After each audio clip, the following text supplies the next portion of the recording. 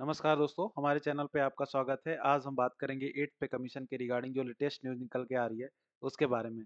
तो दोस्तों वीडियो चालू होने से पहले एक छोटी-सी रिक्वेस्ट है, अगर आप हमारे चैनल पे नए हैं, तो प्लीज़ चैनल को सब्सक्राइब करें, साथ ही साथ वीडियो को लाइक करें और अंत तक देखें।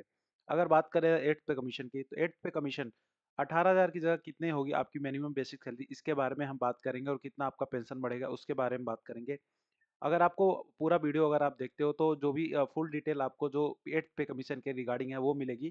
कितनी सैलरी हाइक हुई उसके बारे में बात करेंगे 8th पे कमीशन के दौरान। तो आगे हम बात करते हैं दोस्तों 8th वे वेतन आयोग से संबंधित हालिया समाचार इस प्रकार है। सरकार ने 8वें वेतन आयोग के गठन की मंजूरी दे दी है जिसमें 48 लाख सरकारी कर्मचारियों को लाभ होगा। मोदी सरकार ने नए साल में केंद्रीय कर्मचारियों को बड़ा तोहफा दिया जिसमें 8th पे कमीशन के गठन के प्रस्ताव को स्वीकार किया गया है। 8वें वेतन आयोग की संभावित सिफारिशों के अनुसार न्यूनतम बेसिक 18,000 से बढ़ के 34,560 हो सकती है। तो अब तक का जो लेटेस्ट न्यूज़ यही आ रहा है कि आपका जो बेसिक है, जो अभी न्यूनतम बेसिक 18,000 है, वो कितना हो सकता है? तो लगभग-लगभग 34,560 के आसपास हो सकता है। फिटमेंट फैक्टर के तहत कर्मचारियों को 10 से 30% वेतन वृद्धि मिल सकती है, जो 2026 में लागू होगा। तो अगर फिटमेंट फैक्टर की बात कर लोगे, तो इसमें आपकी सैलरी की जो हाइक है, वो 10 से 30% हो सकता है। और ये जनवरी 2026 में लागू होगा। आगे हम बात कर रहे थे 8वें वेतन आयोग के गठन से 48.67 लाख केंद्र सरकार के कर्मचारी और 67.95 लाख पेंशनभोगियों को लाभ होगा। इस आयोग को 2026 में लागू किया जा सकता है क्योंकि 7th पे कमीशन का कार्यकाल 31 दिसंबर 2025 तक है। तो जो 7th पे कमीशन था जो 2016 में आया था, उसका जो कार्यकाल है 31 दिसंबर 2025 तक है। तो इसके बाद से 8th पे कमीशन आपको जनवरी 2026 में लगता हुआ दिख सकता है। 7वां वेतन आयोग लागू होने पर इतनी बढ़ी थी सैलरी। साल 2016 में मोदी सरकार के कार्यकाल में 7वां वेतन आयोग का गठन किया गया था, तब बेसिक सैलरी जो है 18,000 रुपए हो गई थी। वहीं उससे पहले कर्मचारियों की मिनिमम सैलरी जो मिनिमम सैलरी थी वो 7,000 रुपए थी, जो 6th पे कमीशन के आयोग के तहत था। 6th पे कमीशन में से 7th पे कमीशन में आने वाली सरकारी कर्मचारियों वेतन में महत्वपूर्ण उछाल आई थी। तो अगर आप यहाँ पे देखते हो तो ऑलमोस्ट 2.57 के आसपास फिटमेंट फैक्टर था 7th पे कमीशन में, तो आपका जो जो भी 7,000 सैलरी थी वो 18,000 होते हुए दिख सकती है। दिखी थी।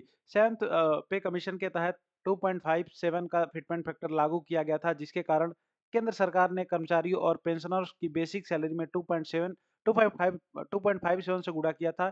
यह उनके मूल वेतन में 2.57 की बढ़ोतरी के बराबर था।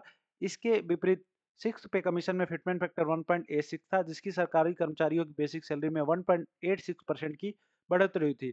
अब 8वें वेतन आयोग लागू होने के बाद फिटमेंट फैक्टर में एक और बदलाव हो सकता है। तो अगर आप देखते हो तो 6th पे कमीशन में जो फिटमेंट फैक्टर था, वो 1.86 था और अगर 7th पे कमीशन की बात करोगे तो 2.57 था। तो अगर आप 8th पे कमीशन के बारे में बात करोगे फिटमेंट फैक्टर कितना होगा, तो आगे चल के मैं नेक्स्ट स्लाइड में बताता हूँ। वेतन में कितनी हो सकती है बढ़ोतरी? अगर फिटमेंट फैक्टर को बढ़ाया जा सकता है तो 2.57 से बढ़कर 2.86 किया जा सकता है। तो अगर आप बात करते हो फिटमेंट फैक्टर अगर 2.57 से बढ़ता है तो 2.86 किया जा सकता है, जिससे सरकारी कर्मचारियों की बेसिक सैलरी में जबरदस्त उछाल हो सकता है। उदाहरण उदाहरण की बात कर लोगे, अगर आपका फिटमेंट फैक्टर 2.86 कर दिया जाए तो मौजूद मिनिमम बेसिक सैलरी जो है 18,000 रुपए से बढ़ के 51,480 रुपए हो सकती है। वहीं पेंशनर्स को जो 9,000 रुपए मंथली से बढ़कर मिनिमम बेसिक जो है 27,740 रुपए मंथली हो सकता है। बता दें सरकारी कर्मचारी और पेंशन के संशोधित मूल्य और पेंशन को निर्धारित करने में फिटमेंट फैक्टर की अहम भूमिका होती है। तो जो भी दोस्तों अगर आपकी जो भी सैलरी आय होगी वो आपका फिटमेंट फैक्टर पे ही डिपेंड करता है। अगर आपका फिटमेंट फैक्टर 2.86 रखता है तो मिनिमम बेसिक जो है 51,480 की हो सकती है और अगर पेंशन की बात करते हो तो ये भी 25,740 के आसपास हो सकता है। थोड़ा हम चलते हैं कुछ डिटेल्ड वे में चीज़ें देख लेते हैं उसमें क्या-क्या हुआ जो जब-जब पे कमीशन आया तब-तब क्या हुआ। तो the following table shows the real increase given by the ease over the previous set minimum पे इंक्लूडिंग डीए।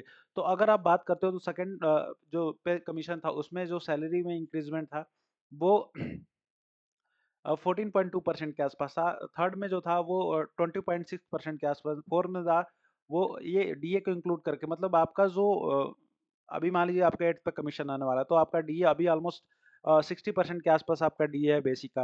तो उसको इंक्लूड करने के बाद सैलरी आपकी कितनी बढ़ी थी। तो अगर सेकंड पे कमीशन की बात कर लोगे तो 14.2 के आसपास थी। थर्ड पे कमीशन 20.6 के आसपास थी।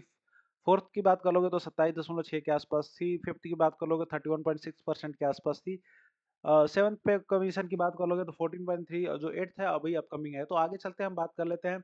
तो अगर पे स्केल में बात कर लोगे तो अभी मान लीजिए आपकी जनवरी 2026 में मिनिमम पे अगर आप देखते हो इंक्लूडिंग आपका जो डीए रहेगा, तो उस हिसाब से अगर आप देखते हो तो आपका जो मिनिमम सैलरी रहेगा, वो आपका 29,340 के आसपास मिनिमम बेसिक है, अगर आप डीए इंक्लूड करते हो। तो अगर फिटमेंट फैक्टर 2 का रहता है, तो ऑलमोस्ट आपका 36,000 सैलरी जा सकता है। अगर ग्रुप ए के अफसरों की बात करी जाए तो 91,000 के आसपास यहाँ पे इनका secretary of government of India इनका 3,66,770 के आसपास जा सकता है।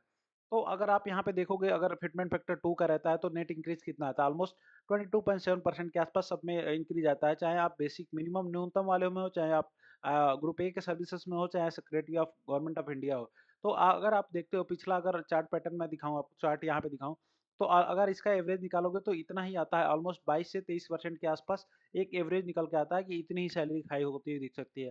तो आप बहुत ज़्यादा एक्सपेक्ट नहीं कर सकते हो, इतनी सैलरी हाइक होती हुई दिखेगी। मिलते हैं नेक्स्ट वीडियो में दोस्तों, आज के लिए बस इतना ही। थैंक यू, जय हिंद, जय भारत।